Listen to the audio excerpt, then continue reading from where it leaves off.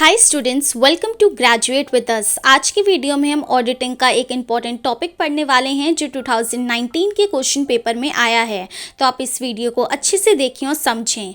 Topic is internal check क्या होता है, इंटरनल ऑडिट और इंटरनल कंट्रोल, और इन तीनों में ही difference. First topic internal check. Internal check valuable part होता है इंटरनल कंट्रोल का। पूरे इंटायर सिस्टम ऑफ अकाउंटिंग को एक ऑर्गेनाइज्ड मैनर में रखना होता है कि सम सॉर्ट ऑफ चेकिंग हो जाए और एडिशनल फाइनेंशियल बर्डन भी ना आए ऑर्गेनाइजेशन पे, मतलब एडिशनल खर्चा भी ना हो। तो मेथड ऑफ इंटरनल चेक इसी रिक्वायरमेंट को फुलफिल करता है। इंटरनल चेक का मतलब हो गया इस तरीके से अरेंज करना मेंबर्स की ड्यूटीज़ को इस मैनर में कि एक पर्सन ने अपना काम परफॉर्म करा, वो ऑटोमेटिकली और इंडिपेंडेंटली दूसरे पर्सन चेक कर दे। हर एम्प्लॉय ऑपरेट करता है इंडिपेंडेंटली अगर वो डुप्लीकेट ना करें काम।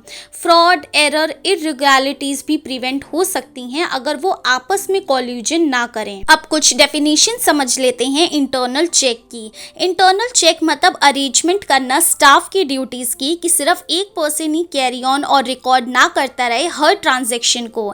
इससे कॉम्प्लेक्सिटी नहीं आएगी दो या दो से ज़्यादा लोगों के बीच।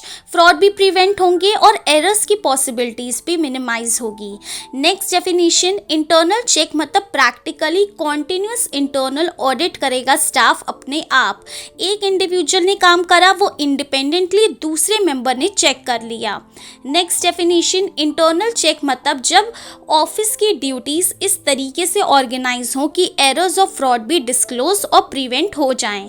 नेक्स्ट डेफिनेशन, इंटरनल चेक एक ऐसा मेथड होता है जिसमें ऑर्गेनाइज होती है सारे operation of office, factory, warehouse और रिस्पेक्टिव स्टाफ की ड्यूटीज, जिससे फ्रॉड और इरेगुलरिटीज ना आए। एक लास्ट डेफिनेशन इंटरनल चेक की कि इंटरनल चेक में अकाउंटिंग प्रोसीजर्स हैं, फिजिकल, स्टैटिस्टिकल और अदर कंट्रोल, जिससे हमारे असेट्स बचें, कोई मिस एप्रोप्रिएशन, इरेगुलरिटी और कोई लॉस ना हो।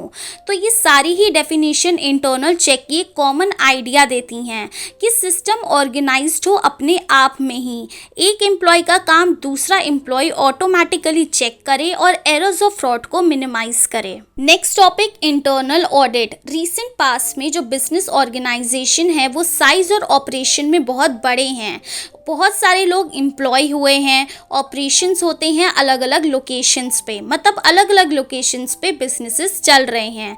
तो बहुत ज़रूरी हो जाता है ऑर्गेनाइजेशन के मैनेजमेंट के लिए कि वो टीम ऑफ एक्सपर्ट्स को रखें जो रिव्यू करें क्या प्रोसीजर रहा रिपोर्ट्स का, कैसा ऑपरेशन रहा, कहाँ कहाँ काम नहीं हुआ, कहाँ कहाँ इनएफिशिएंसी रह गई, कहाँ कंट्रोल नहीं हुआ, कहाँ पे एक्शंस लेने हैं। सो इंटरनल ऑडिट मतलब रिव्यू करना वेरियस ऑपरेशंस का, और ये एक्सपर्ट सिर्फ अकाउंटिंग की ही एक्सपर्टीज़ हमें नहीं देंगे, ऑर्गेनाइजेशन बिहेवियर, मैनेजमेंट के फंक्शनल एरियाज में भी इंटरनल ऑडिट हेल्प करता है। अब अलग अलग डेफिनेशंस इंटरनल ऑडिट की। इंटरनल ऑडिटिंग में आ गया कॉन्टिन्यूस और क्रिटिकल रिव्यू करना फाइनेंशियल और ऑपरेटिंग एक्टिविटीज़ को जो ऑडिटर का स्टाफ करेगा, और वो ये function as a full time salary employ की तरह करेगा।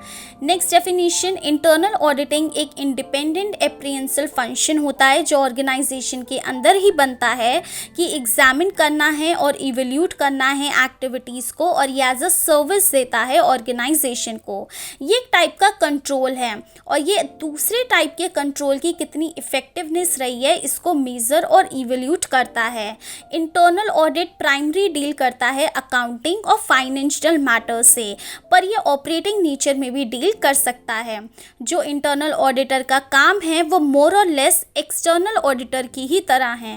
इंटरनल ऑडिटर एफर्ट्स डालता है इंटरनल कंट्रोल सिस्टम में वीकनेस जानने के लिए और सजेस्ट करता है कैसे इम्प्रूव हो सकती है ये वीकनेस।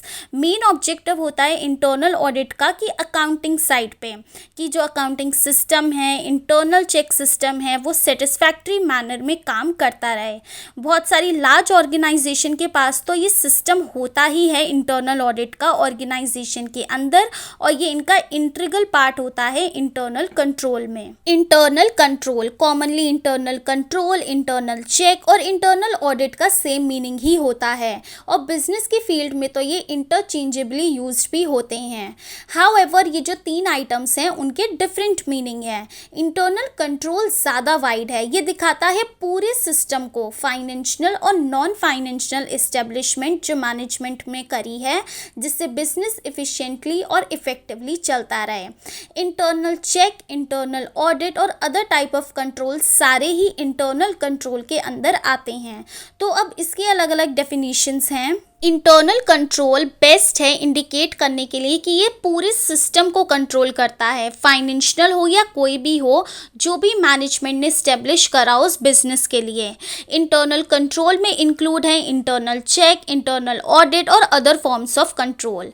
इंटरनल कंट्रोल मतलब वो अकाउंटिंग वर्क जहाँ पे एक एम्प्लॉय अपना काम करे और वेरीफाई कर दे उसको दूसरा एम्प्लॉय, और दोनों ही एम्प्लॉय इंडिपेंडेंटली काम करें और काम डुप्लीकेट ना हो।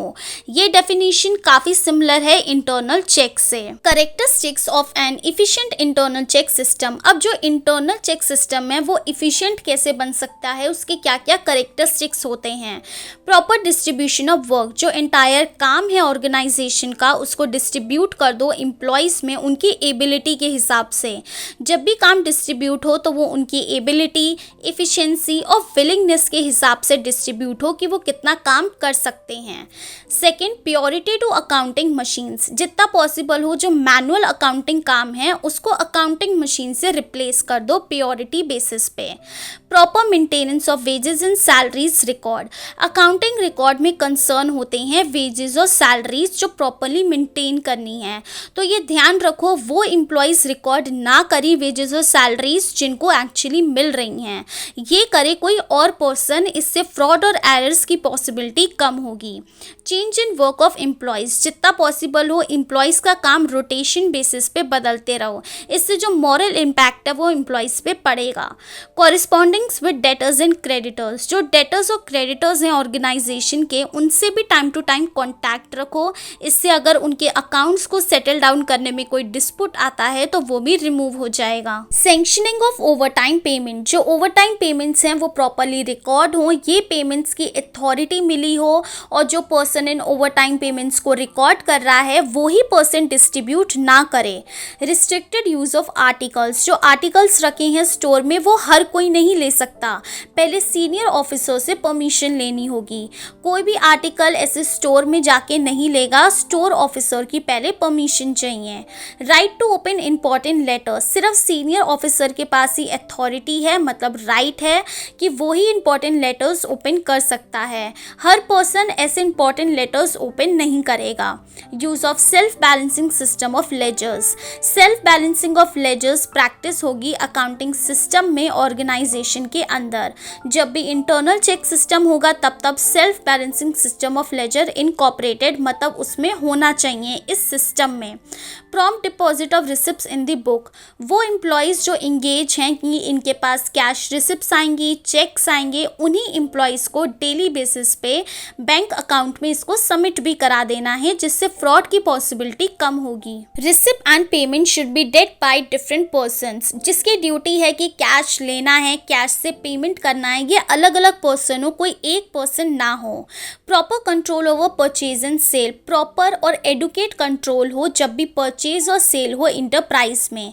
जो आर्टिकल्स के प्राइस हैं वो बेचने से पहले उनके प्राइस डिसाइड हो, प्राइस टैग लगने से पहले डिसाइड हो, जो परचेजिंग ऑफिसर है उसको इंस्ट्रक्शन मिले कि वो सही से परचेज करे एक सेंशंट अमाउंट के अंदर ही। तो अब क्या क्या कैरेक्टरिस्टिक हो सकते हैं एक एफिशिएंट इंटरनल चेक सिस्टम के, कि काम अच्छे से डिस्ट्रीब्यूट हो, अकाउंटिंग के लिए मशीन्स का यूज़ हो, वेजेस और सैलरीज अच्छे से रिकॉर्ड हो, एम्प्लॉयज़ का काम में रोटेशन होता रहे, डेटर्स और क्रेडिटर्स से कॉन्टैक्ट रहे, ओवर टाइम पेमेंट्स की अच्छे से रिकॉर्डिंग हो, जो आर्टिकल्स यूज़ हो रहे हैं उस पर थोड़ा रिस्ट्रिक्शन हो, जो लेटर्स इंपॉर्टेंट ओपन हो रहे हैं वो अथॉरिटी ही करे, सेल्फ बैलेंसिंग सिस्टम हो लेजर का, बैंक में रिसिप्ट्स जाती रहें, अलग अलग पर्सन अलग अलग चीज़ों से डील करे, रिसिप्ट वाला अलग हो, पेमेंट वाला अलग हो, परचेज और सेल पे कंट्रोल रहे।